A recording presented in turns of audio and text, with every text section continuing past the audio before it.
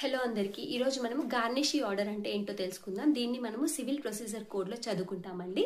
మనకి గార్నిషీ ఆర్డర్ అంటే ఏంటంటే ఇప్పుడు మనకి ఏదైనా కేస్ ఫైల్ అయిందంటే టూ పార్టీస్ ఉంటారు, ప్లెయింటిఫ్ డిఫెండెంట్. ప్లెయింటిఫ్ అంటే ఎవరైతే కేస్ ఫైల్ చేస్తున్నారో వాళ్ళు, డిఫెండెంట్ అంటే ఎవరికి అగెయిన్స్ట్ గా మనం కేస్ ఫైల్ చేస్తున్నామో వాళ్ళు అనమాట.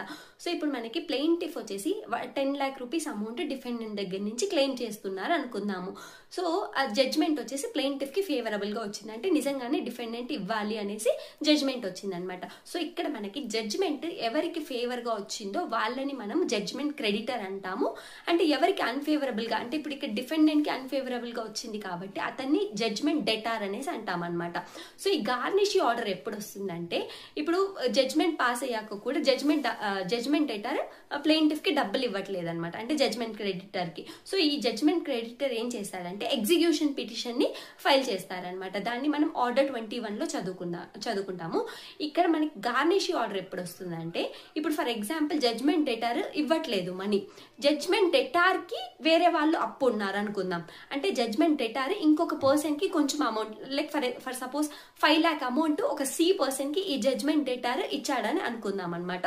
సో ఇప్పుడు ఇతను ఇవ్వట్లేదు కాబట్టి మనము గార్నిషీ ఆర్డర్ అనేది పాస్ చేయించవచ్చు అనమాట. అంటే ఈ ప్లెయింటిఫ్ అనే వాళ్ళు ఉన్నారు కదా, వాళ్ళు డైరెక్ట్ గా సి పర్సన్ కి గార్నిషీ ఆర్డర్ ని పాస్ చేస్తారనమాట. అంటే అతను ఇవ్వాల్సిన ఏదైతే 5 lakh అమౌంట్ ఉందో జడ్జ్మెంట్ డెటార్ కి ఇవ్వాల్సిన అమౌంట్ డైరెక్ట్ గా జడ్జ్మెంట్ క్రెడిటర్ కి ఇవ్వమని చెప్పేది ఈ గార్నిషీ ఆర్డర్ అనమాట. సో ఇక్కడ ఇది ఓన్లీ థర్డ్ పార్టీకే కాదు, ఎవరికైనా పంపించవచ్చు. ఎవరైతే జడ్జ్మెంట్ డెటార్ కి డబ్బులు ఇవ్వాలో వాళ్ళకి. ఇప్పుడు ఫర్ ఎగ్జాంపుల్ జడ్జ్మెంట్ డెటార్ కి బ్యాంక్ లో ఒక 5 lakh అమౌంట్ రూపీస్ ఉంది అనుకుందాం. అప్పుడు మనం డైరెక్ట్ గా ఆ బ్యాంక్ కి ఆర్డర్ పాస్ చేసి ఆ అమౌంట్ ని అటాచ్ చేయమని చెప్పొచ్చు అనమాట.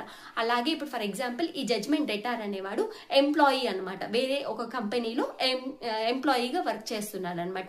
ఆ కంపెనీ వచ్చేసి మనకి ఎంప్లాయర్ కదా, సో ఆ ఎంప్లాయర్ ఇతనికి ఖచ్చితంగా శాలరీ అయితే ఇవ్వాలి కదా, ఆ శాలరీని కూడా అటాచ్ చేయమని చెప్పేసి మనము ఆ ఎంప్లాయర్ కి కూడా ఈ గార్నిషీ ఆర్డర్ ని పాస్ చేయొచ్చు అనమాట. సో ఇదండి మనకి గార్నిషీ ఆర్డర్ అంటే.